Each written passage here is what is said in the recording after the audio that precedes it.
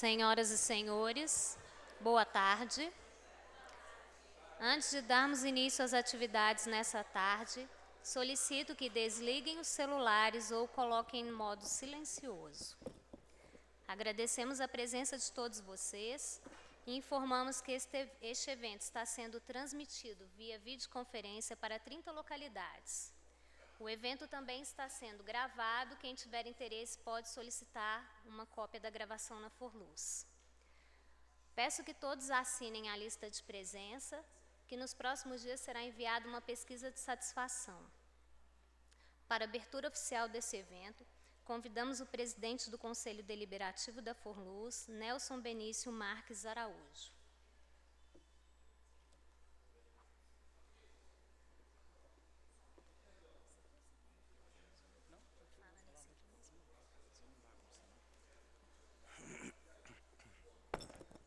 Boa tarde a todos. Está meio alto aí. Bom, em nome do Conselho da Forluz, eu agradeço a presença de vocês, a presença de todos os participantes da Forluz, ativos, assistidos. Agradeço a presença aí de todos os empregados da Forluz, da diretoria executiva e dos meus colegas de conselho. Minha palavra aqui é muito rápida, nós vamos ter um disclaimer aqui da Forluz, né, um presta-contas, que é um momento muito importante, né, um momento que mostra a governança da Forluz, que nos dá tranquilidade de estar dentro de uma instituição tão importante feita a Forluz, e traz essa transparência das informações. Os 4 diretores estarão aqui abrindo realmente todas as informações necessárias da Forluz, buscando as sugestões dos senhores e senhoras, para que a gente possa estar cada dia evoluindo mais aí na gestão da Forluz. No Conselho, a gente enxerga que nós temos muitos desafios para esse ano. Tudo está mudando e nós temos que nos adaptar e liderar e sermos proativos e sermos aí os provedores das mudanças que o cenário nos impõe. Estamos batalhando muito, trabalhando muito para construir um conselho cada vez mais coeso, mais unido, com as melhores práticas de governança e compliance que existem. A Forluz já é muito bem reconhecida em relação a isso, em todos os contatos que nós temos fora do ambiente da Forluz. Nós vemos claramente a importância da marca Forluz em relação à governança, em relação às práticas mais adequadas de gestão. Então, esse é o nosso trabalho. Nós temos buscado fortemente evoluir cada dia mais nisso para garantir aí a sustentabilidade dos nossos planos, a sustentabilidade da Forluz, né, e a qualidade de vida de todos nós.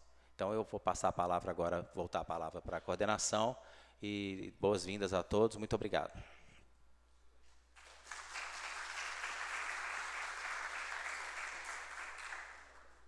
Conforme dito pelo Nelson, os diretores farão a apresentação e, ao final, eles estarão aqui para responder todas as dúvidas, ok? Então, a gente vai transcorrer com todas as apresentações e, ao final, a gente vai estar disponível para as perguntas. Para apresentar os resultados da Forluz em 2018 e os desafios para os próximos anos, convidamos o presidente Gilberto Gomes Lacerda.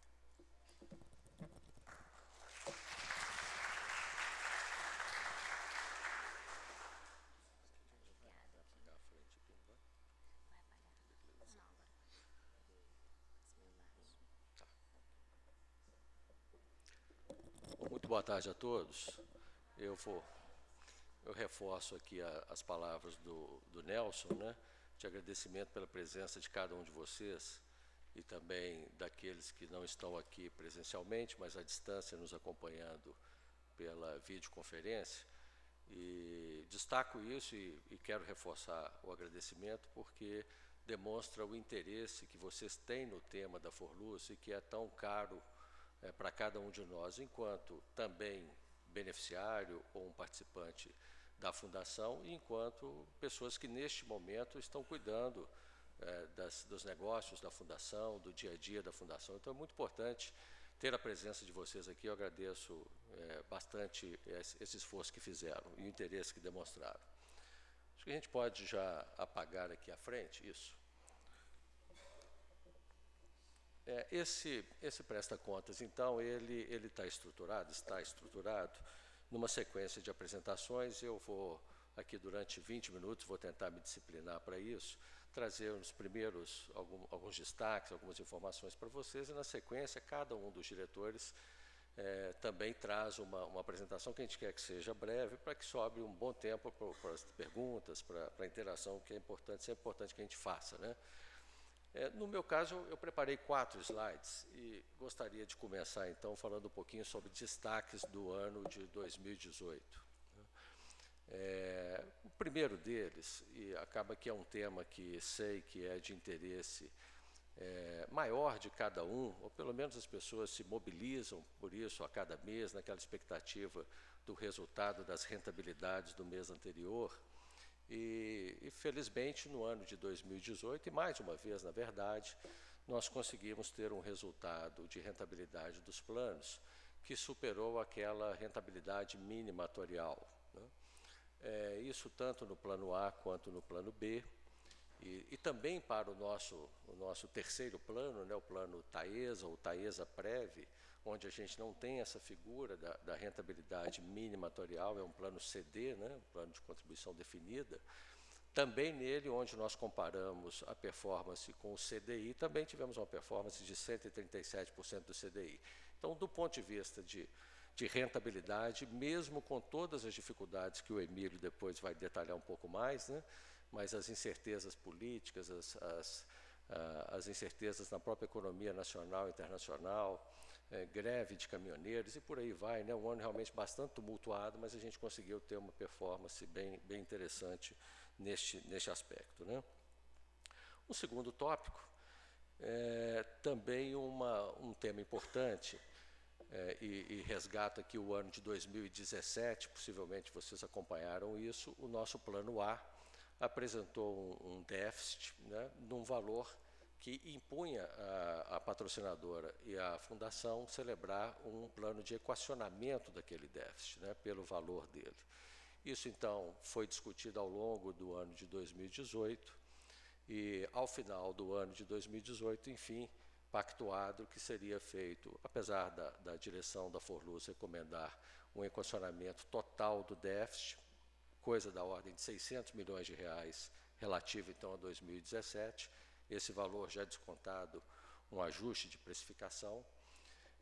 Houve então a opção da patrocinadora em fazer isso dentro das regras do jogo, é o legal, né? Ela tem essa opção de fazer o equacionamento pelo valor mínimo. Então isso foi assim pactuado, foi um equacionamento de 178 milhões de reais, efetivamente, e também dentro do cronograma, que é o previsto na regulamentação, assinado este compromisso já em 2019 e o primeiro pagamento também já realizado pela CEMIG. É um fluxo de pagamentos de 13,9 anos e nas demais apresentações vocês vão ter uma ideia também dessas parcelas e como é que tem sido esse comportamento hoje.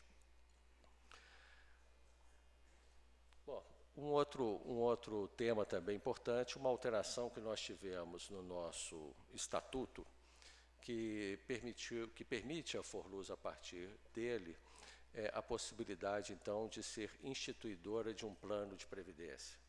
Concomitante, também foi aprovado pelo nosso conselho um regulamento do nosso plano instituído. Agora a gente, inclusive, pode nominá-lo, né? Ele foi batizado, então, e a logo dele está aqui também para vocês. Quem ainda não conhece, poder ter o primeiro contato com ela, é o nosso Forluz Prev. Forluz Prev é o nosso produto destinado a um segmento, que é o segmento dos próprios participantes da Forluz ou dos seus parentes até terceiro grau, consanguíneo ou por afinidade.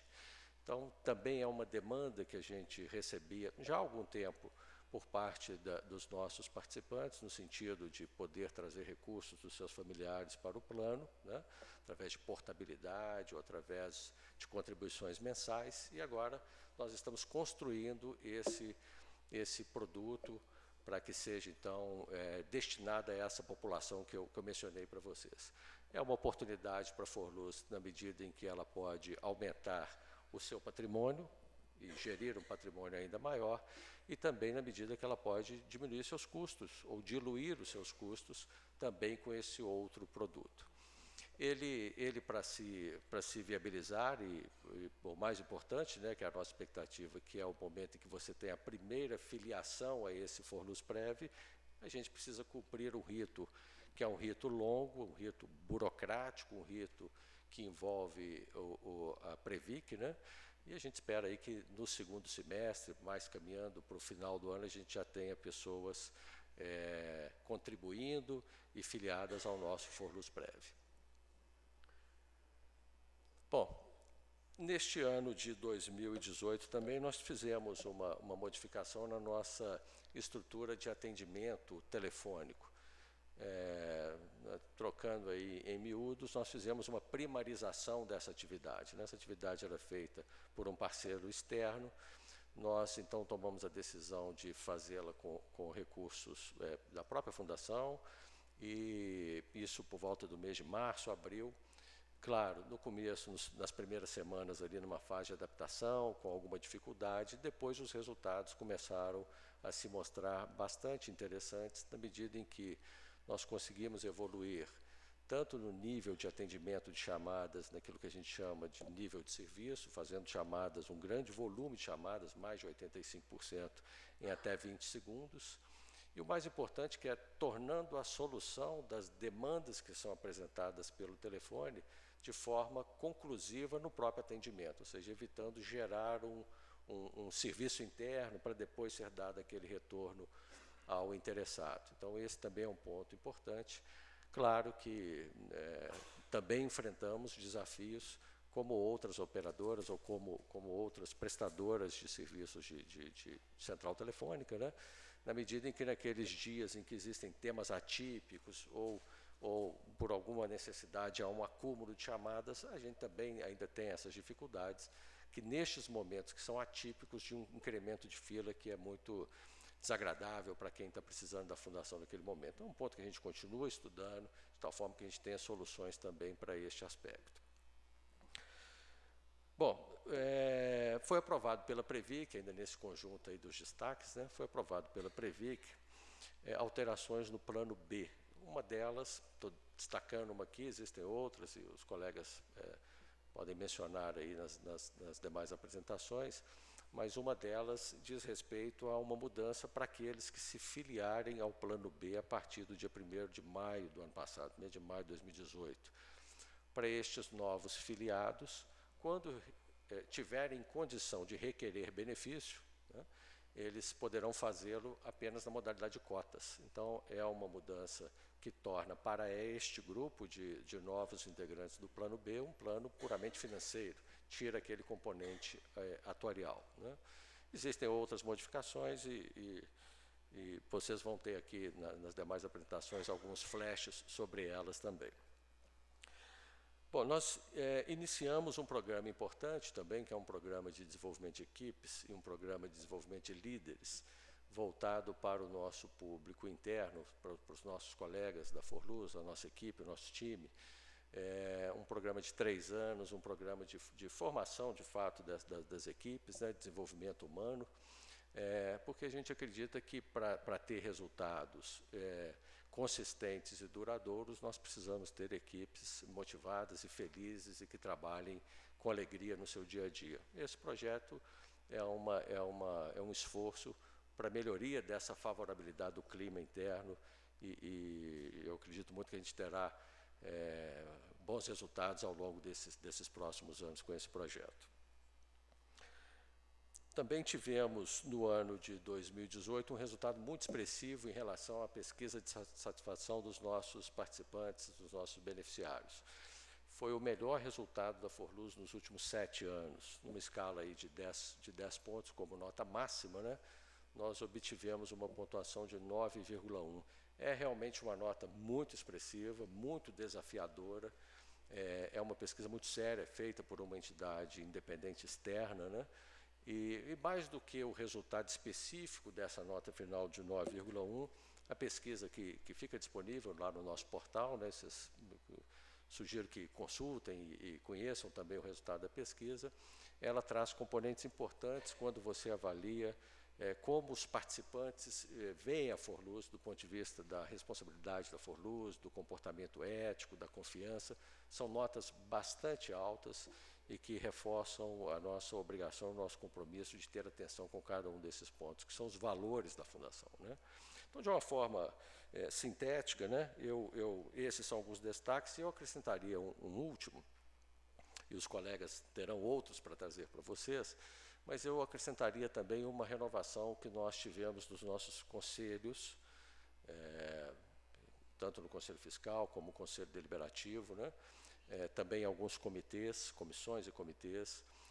Eu não vou aqui nominar todos aqueles que deixaram a Fundação, mas, até porque nós já tivemos a oportunidade de agradecê-los e homenageá-los, mas eu gostaria de, como uma forma de reconhecimento a todos esses conselheiros que estiveram conosco nesse período, citar um deles, que nos deixou, inclusive, em função até do seu falecimento, que é o Nicásio. Nicásio Pereira foi nosso colega no Conselho Fiscal, atuou de maneira intensa lá no Conselho, faleceu no começo do ano, e durante o período que esteve lá, demonstrou uma garra e uma altivez imensa no enfrentamento da sua doença, por isso que eu gostaria de fazer esse registro aqui com homenagem ao Nicásio, e aí agradecendo todos aqueles outros conselheiros que deixaram a Fundação, ao mesmo tempo reforçando as boas-vindas àqueles que ingressaram na Forluz, né? Do mesmo modo, também queria prestar aqui uma homenagem a um ex-diretor da Fundação, o Plínio Arantes, que também esteve lá 10 anos atrás, aproximadamente, como o DRP, também pela sua atuação, também faleceu esse ano, né? Vocês acompanharam essas notícias, né? E também um ex-presidente da Fundação, o Dr. José Saraiva, que aí já há muito tempo atrás, não sei quem se recorda dele, há 25 anos atrás, esteve na Fundação. Fazendo isso como forma de homenagear, mas mais do que citar nominalmente, de fazer um reconhecimento a todos aqueles que passaram pela Forluz. A Forluz é uma construção de 47 anos, né, feito por várias pessoas diferentes. A gente precisa reconhecer o esforço que cada uma, dentro do contexto que ela estava envolvida, no momento que esteve lá, se dedicou e procurou fazer o melhor para a Fundação. Por esse motivo também, me permito aí citar mais 3 nomes, né, um agradecimento, um reconhecimento de que destaques que já apresentei, que os demais irão apresentar, relativos ao ano de 2018, são menos desta formação de diretoria que estará daqui a pouco formada aqui em cima, e mais de uma outra formação, porque durante 2/3 do ano passado estiveram à frente da Forluz outras pessoas, né? Então, o Zé Ribeiro na presidência, a Mônica Siqueira na diretoria de Seguridade e Gestão, e o Rodrigo Barata na diretoria de Investimento e Controle, e mais o Vanderlei, que aí formavam lá os nossos dirigentes, né? Então, também um reconhecimento de que o que a gente está assistindo aqui decorre muito do esforço de cada um deles. Bom, passando para um outro tema, eu queria trazer um panorama dos nossos planos, né? A Fundação continua, então, até este momento, com 3 planos patrocinados, Plano A, Plano B e o Taesa Prev. Eu espero, de verdade, que ano que vem a gente tenha mais um box nesse slide mostrando os resultados do Forluz Prev, um plano instituído. Então, é o nosso objetivo de trazer aqui no Presta Contas de 2020, né? Mas a situação dos nossos planos, então, do ponto de vista de investimentos e de volume de pessoas, né? O plano A, que é o nosso plano saudado, um plano com investimentos da ordem de 7,2 bilhões de reais, em torno de 6 bilhões em investimentos nos instrumentos financeiros, né? 1,2, 1,3 bilhão relativo a equacionamento de dívida e a reserva contratada na origem, lá da migração do saldamento do plano, né? E um plano predominantemente de assistidos, né? Mais de 11 mil assistidos no plano B, contra um conjunto de pouco mais de 300 ainda em atividade. Vamos lembrar que quando a gente olha esses números, existem colegas que têm plano A e B simultaneamente ali, né? Plano A, a maioria conhece, tem essa informação, mas com 3 patrocinadoras, né? CEMIG-D, GT e CEMIG-H.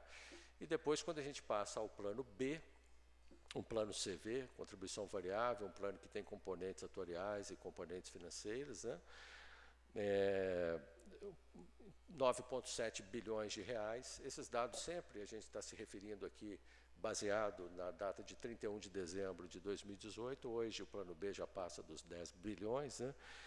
e um conjunto de aproximadamente 300 pessoas assistidas, a mais que os ativos, 6.900 contra 6.600 ali aproximadamente, né? O número de patrocinadoras aí cresce um pouco, a gente agrega, além daqueles da CEMIG, outras empresas, né? A própria Forluz, a CEMIG Saúde, a Wind Eficiência, a Rosal e Sacarvalho, né?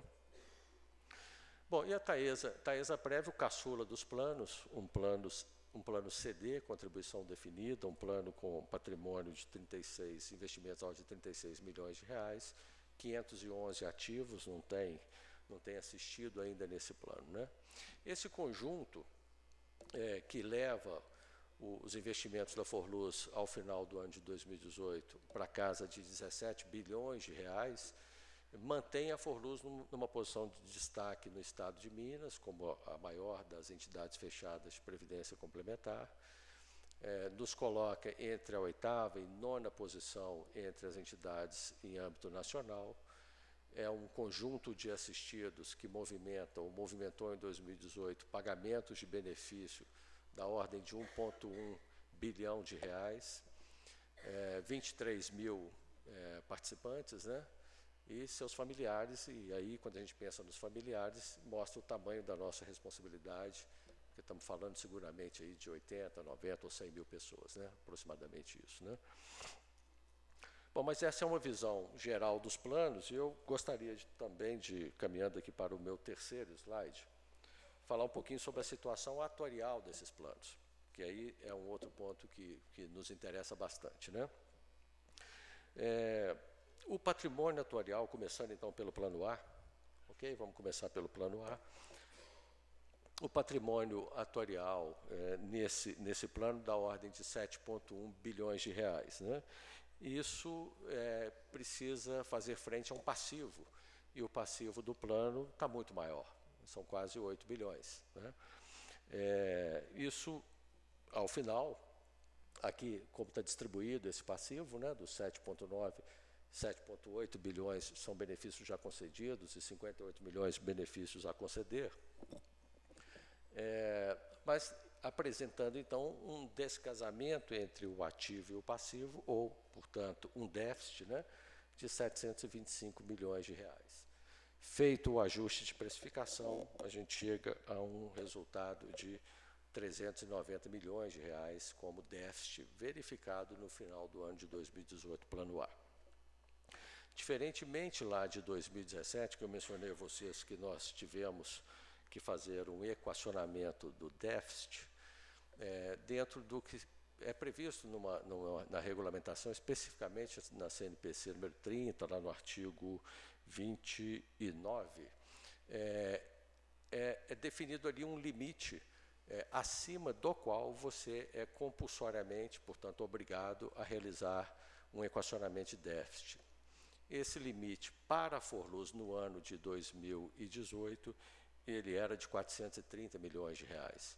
Como o déficit, após o ajuste de precificação, foi de 390, portanto, gerou uma diferença positiva de 40, a Fundação e a patrocinadora ficam desobrigadas de realizar um plano de equacionamento de déficit neste ano para ser implantado em 2020 relativo a esse déficit. Espero que não tenha ficado confuso para vocês. Mas a conclusão é que, para o plano A, continuamos tendo um déficit, né, mas em valor que não nos impõe a obrigação de equacioná-lo nem pelo valor mínimo de imediato agora neste ano de 2019. Isso acho que pode ser visto de forma positiva na medida em que nos permite gastar toda a energia para encontrar uma solução definitiva para o plano A, né? E que é um esforço que a gente está fazendo e eu vou mencionar no próximo slide. O plano B é um plano que tem um equilíbrio, né?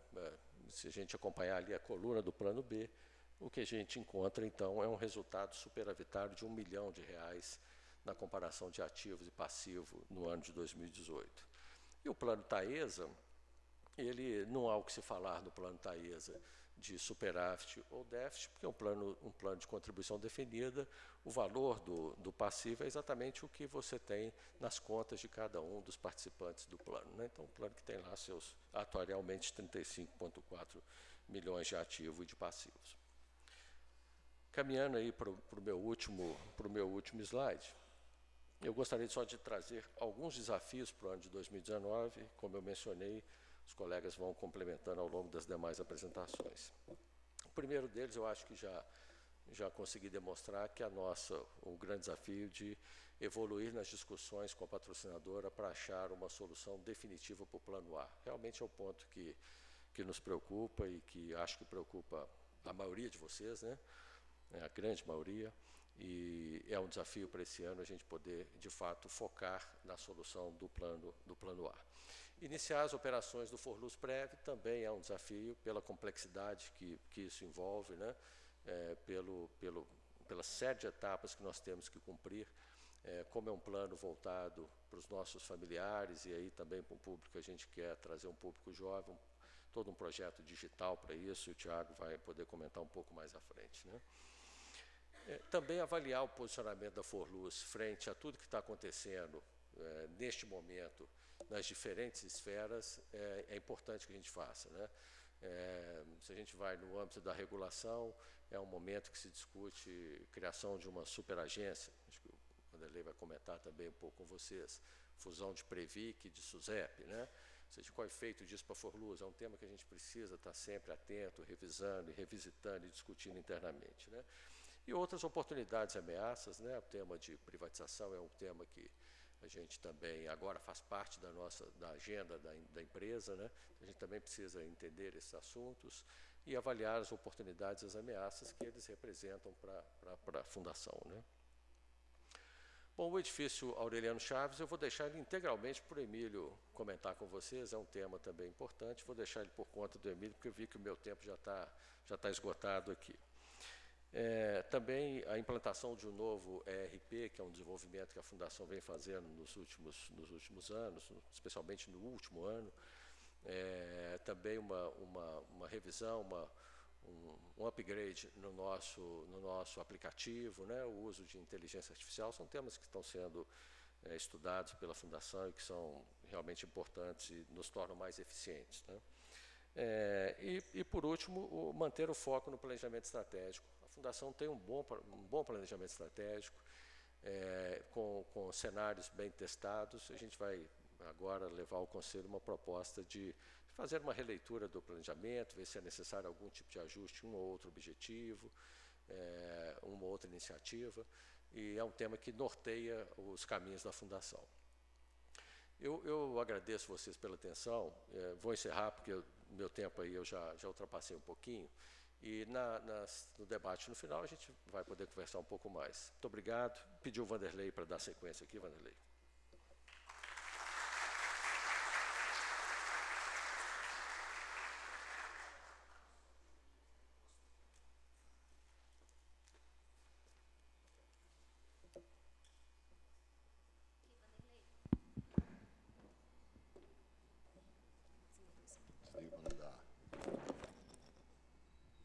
Boa tarde a todos. Agradecer a presença de vocês aqui, né, em mais um Presta Contas. É um momento importante porque faz parte, inclusive, da regra geral da gestão de recursos de terceiros, né? É o prestar contas, é estar aqui falando para as pessoas como que as coisas estão caminhando, o que nós evoluímos, o que nós precisamos evoluir, quais são as ameaças, as oportunidades, né? E, às vezes, alguma coisa pode ser um pouco repetitivo, mas a intenção aqui é tentar passar a informação da forma mais clara possível, né? E da forma mais entendível possível também. Que, às vezes, pelo fato de tratar de uma matéria eminentemente técnica, que, para quem está no dia a dia desse assunto, ele é fácil de ser entendido, às vezes, o participante nem sempre, né? Mas esse é o nosso objetivo aqui. Primeiramente, assim, naquilo que é operacional da Diretoria de Relação com o Participante, né, a gente destaca aqui os atendimentos no ano de 2018, 1.700 atendimentos a participantes assistidos, né? Temos também um outro trabalho que iniciou desde 2014, que é o DRP itinerante, onde a gente foca muito nessa discussão com os participantes, esclarecendo a todo momento, deixando atualizado o que acontece na Fundação, como que a Fundação tem caminhado. Nós tivemos, no ano passado, 60 palestras, com 1.464 participantes atingidos, né? Uma média aí, essa média ela é anual, mais ou menos 1.500, 1.600 participantes por ano. Isso, para a gente, é muito importante. Nós também discutimos, ano passado, fruto do planejamento estratégico, um projeto chamado Retenção. O que é esse projeto? Ele nos chamou a atenção pelo seguinte: o índice de saque à vista dos participantes, no momento do requerimento do benefício, ele vem aumentando, ele tem aumentado nos últimos anos. E isso nos chama a atenção, porque, via de regra, ele promove o saque à vista. Não foram poucas as vezes que, alguns meses depois, ele liga perguntando se ele não poderia voltar com o dinheiro, se ele não poderia fazer aporte na Fundação, estando em benefício, e hoje o nosso regulamento não permite, o que eu acho que tem que ser um avanço também nesse novo mundo, nessa nova realidade. A gente vai ter que avançar muito. Tudo aquilo que nós pensamos em previdência até agora, seja no regime geral, seja no regime complementar, é questão de necessidade, é sobrevivência. Ou a gente muda a forma de pensar, a forma de agir, e, de repente, vai ter que mudar esse modelo mental, ou então nós estamos, lamentavelmente, fadados a um insucesso. E, quando eu falo insucesso, não estou dizendo da Forluz, eu estou dizendo do sistema de previdência complementar, né? Os desafios são outros, o mundo é outro, né? A sociedade é outra, o perfil das pessoas mudou sistematicamente, então nós vamos ter que ousar, nós vamos ter que mudar. E, dentro desse projeto de retenção, o que a gente faz? Uma vez feito o pedido, o requerimento do benefício, com saque à vista, a gente tenta conversar com o participante, numa tentativa de mostrar a ele quais são os riscos daquela opção. Lógico que a opção é sempre dele, a gente respeita sempre a opção do participante, mas é importante que ele saiba quais são os riscos. E essa é a nossa função, esclarecê-lo dos riscos para que ele possa tomar uma boa decisão. E esse projeto ele iniciou ano passado, no mês de junho, que ele começou a ser operacionalizado, né? E nós tivemos 42 participantes com saque à vista, que nós fizemos a intervenção, nós conseguimos reverter aí quase 6 milhões. Né? Ou seja, mudamos a intenção do participante em sacar à vista 6 milhões, mas, lamentavelmente, 18 milhões nós não conseguimos. E aí nós temos uma proposta aqui que nós entendemos que isso nos ajuda bastante, que é o chamado saque à vista modulado, que é aquilo que a gente tem discutido já há algum tempo. Isso está no grupo de trabalho que está analisando, formado pelo Conselho, essa proposta está lá. Aí, o que nós percebemos? Que as pessoas fazem o saque à vista, tendo em vista que é a única oportunidade que eles têm. Se eu pudesse deixar essa oportunidade no tempo, provavelmente, depois que ele tivesse já em benefício, com o seu contra-cheque do benefício, ele percebesse a realidade do benefício, provavelmente ele não faria saque à vista. Então, o que nós estamos discutindo? A questão da gente poder flexibilizar um pouco mais. Temos que flexibilizar no que diz respeito ao direito dos participantes diante do plano. Né? Temos uma série de outras propostas, mas a principal é essa aí, no que diz respeito a poder melhorar esse projeto de saque à vista. Outra questão, quando a gente fala de saque à vista, nunca é demais. E aqui não é propaganda, esses são os números, isso é a realidade, isso está posto. Né? A gente compara para as pessoas o que nós tivemos de janeiro de 2009 ao mês 4 de 2019. Portanto, absolutamente atualizado. Só faltou o mês de maio, porque nós não temos rentabilidade de maio ainda. A nossa rentabilidade ela é mensal, ela não é diária, então nós não temos a rentabilidade ainda. Mas olha uma comparação interessante aqui, né? Nós temos aqui, ó, o perfil ultraconservador rendeu 243%, conservador 242%, moderado 238% e agressivo 232%. Mas com o que eu comparo isso? Quando as pessoas sacam à vista, obviamente as pessoas devem ter um sonho.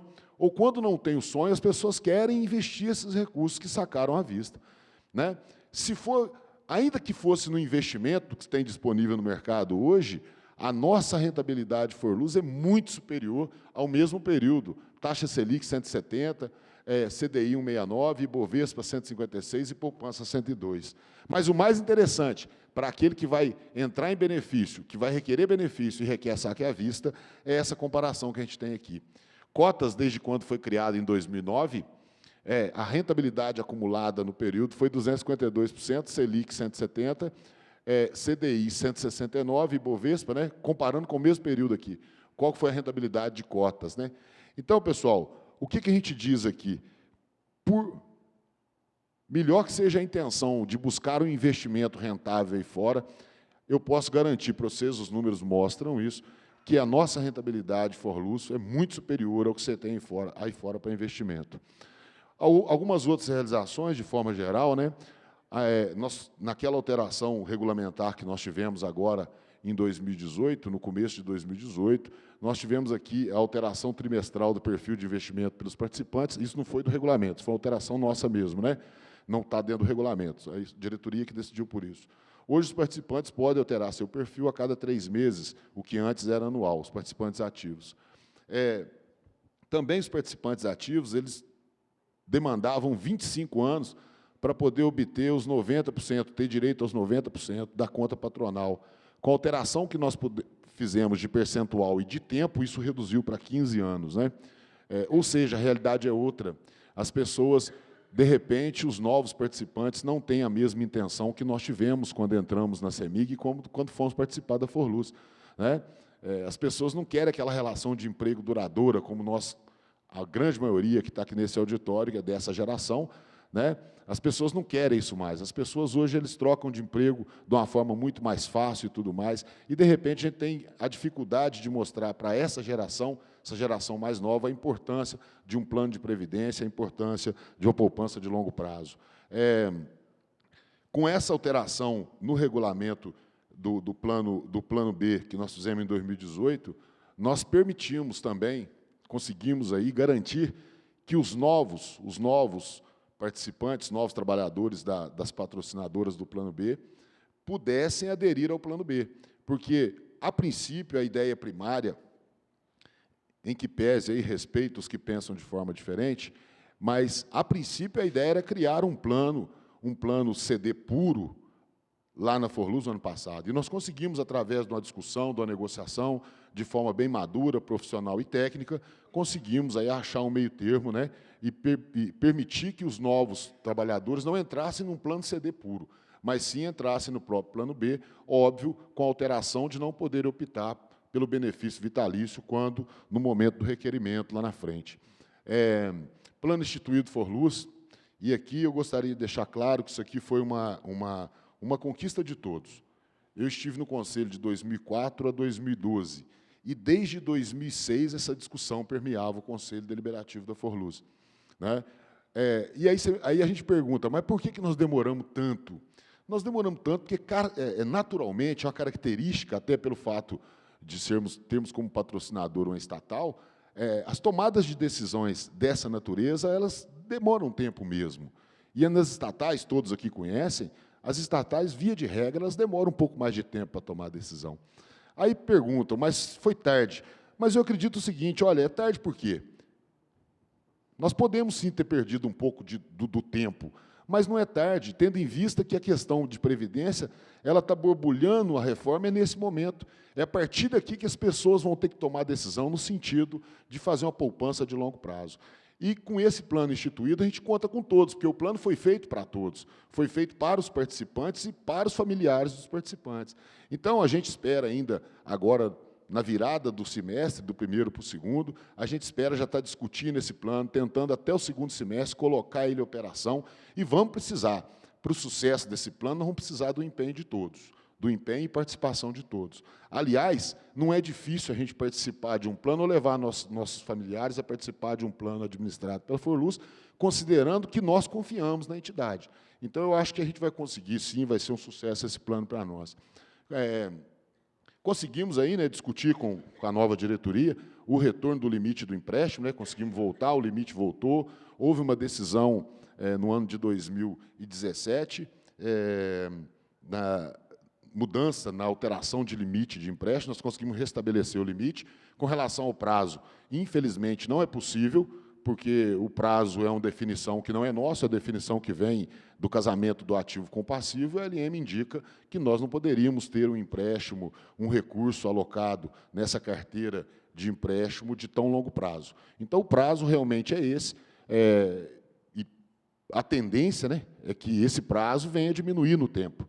Não tem nada indicando agora nos próximos anos, esse ano ou ano que vem, mas a tendência é que ele diminua efetivamente, até pela característica e maturidade dos nossos planos de benefício. Com relação à pesquisa de satisfação, nós tivemos aqui, né, uma avaliação positiva, no geral, a DRP de 92%, quanto às palestras 96% e 97%, com relação às matérias publicadas no periódico Forluz. Eu queria mostrar também, bem rapidamente, a realidade financeira dos planos. Quando o Gilberto, que me antecedeu aqui, falou sobre a questão do déficit, né, isso aqui serve para uma reflexão da gente. Hoje, o que a patrocinadora está equacionando dos déficits? 2015, 16 e 17, 2015, 284 milhões, 16, 99, 217, 178. E paga uma parcela mensal de 2.600, 924, 1.600.000, respectivamente. Além dos 11 milhões e 700 de parcela mensal referente ao serviço da dívida.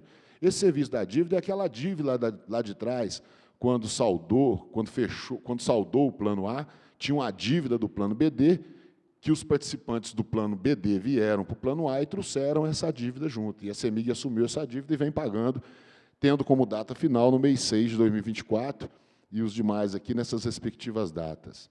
Então, com relação ao plano A, o que a CEMIG mensalmente aporta no plano é um valor de 16.824.000. Por que eu estou mostrando isso? Para as pessoas terem uma noção do que é esse déficit, né? Até quando vai esse déficit. Com relação ao plano B, e aí nós estamos falando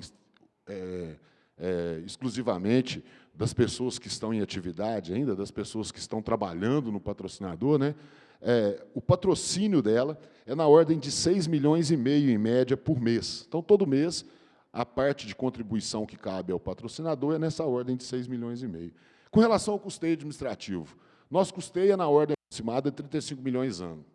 Desses 35 milhões, somente 1,5% tem a participação de alguns participantes, aqueles que entraram no plano a partir de 16 de dezembro de 2000.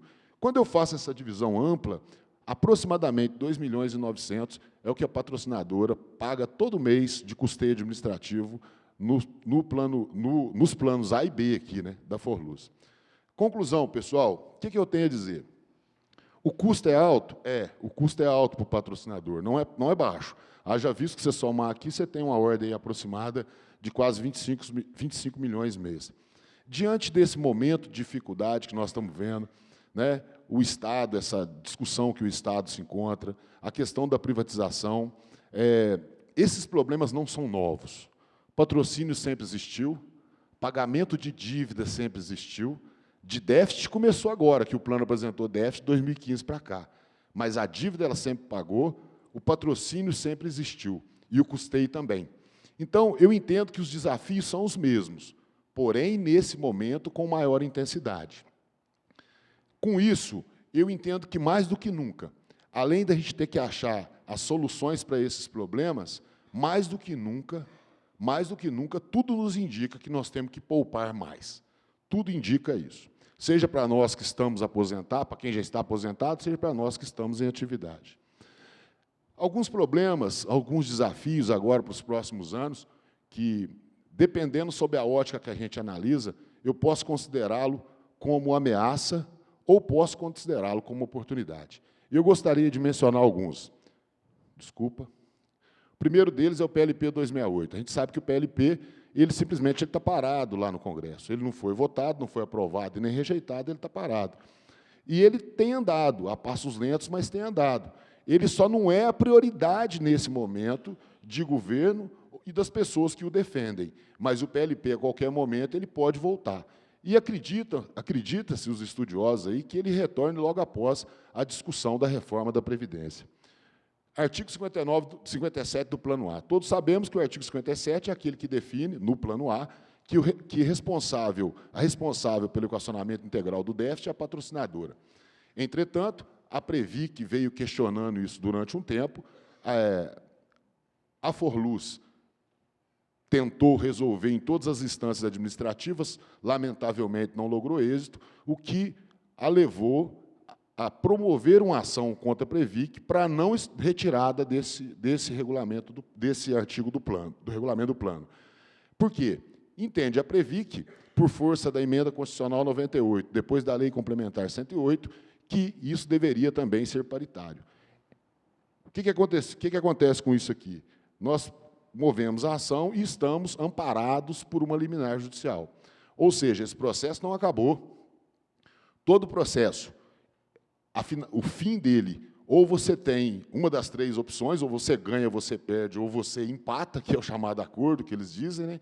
Então, a gente tem que preparar que alguma coisa pode acontecer nesse processo. A gente pode ganhar, a gente pode perder, ou, de repente, teremos que fazer um acordo que seja viável para ambas as partes nele envolvidas. Eu tenho uma outra questão interessante aqui, que eu acho que, a princípio, boa parte do sistema encarou como sendo uma ameaça. Eu gostaria de olhar pela ótica da oportunidade, que é a resolução CNPC 25 de 2017. Lá em 2016, eles tentaram alterar a Lei Complementar 108, justamente para permitir a entrada do mercado na gestão dos planos de previdência patrocinados por entes estatais. Eles não conseguiram, vocês sabem que o mercado ele é voraz, ele é insaciável. Em 2017, então, eles conseguem aprovar, através do CNPC, a Resolução 25. O que é isso aqui? Permite a transferência de gerenciamento dos planos de entidades fechadas, os planos fechados. Ou seja, da mesma forma que um banco que tem uma previdência fechada pode administrar os planos Forluz, eu entendo que nós, Forluz, também podemos administrar outros planos de entidade fechada. Então, eu gostaria de entender isso aqui como uma oportunidade. E pelo menos no meu ponto de vista, acredito que dos meus pares não deva ser muito diferente, a nova realidade está desafiando isso. Ou seja, ou a gente se prepara para crescer e administrar outros, ou então seremos administrados por outras entidades. Uma outra questão é a superagência. Num primeiro momento, as pessoas se preocupam, por quê? Porque, ao fim e ao cabo, quando você fala em superagência, você está misturando aqui a entidade aberta com a entidade fechada.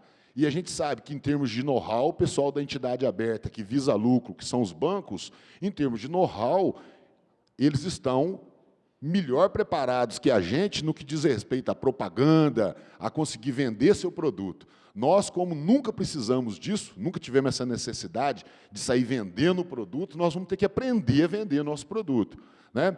Então, há, a princípio, um certo risco aqui em falar o seguinte, mas, espera aí, se os bancos vêm, se as abertas, que são entidades administradas pelos bancos, a gente vai unir as duas superintendências, né? Os dois órgãos reguladores e fiscalizadores, será que eles não viriam para nos engolir?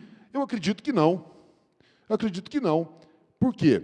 Porque, da mesma forma que eles vêm de lá com a aberta, tentando trazer os seus valores para a gente, a oportunidade requer uma discussão previdenciária.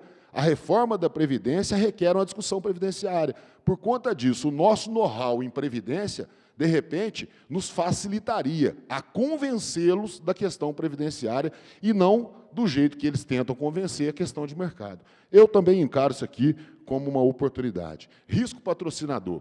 Risco patrocinador sempre existiu. Sempre existiu. A partir do momento que alguma empresa opta por patrocinar um plano, a partir do momento surge ali a possibilidade dela retirar o patrocínio. É um direito, inclusive regulamentado. Não quer dizer que ela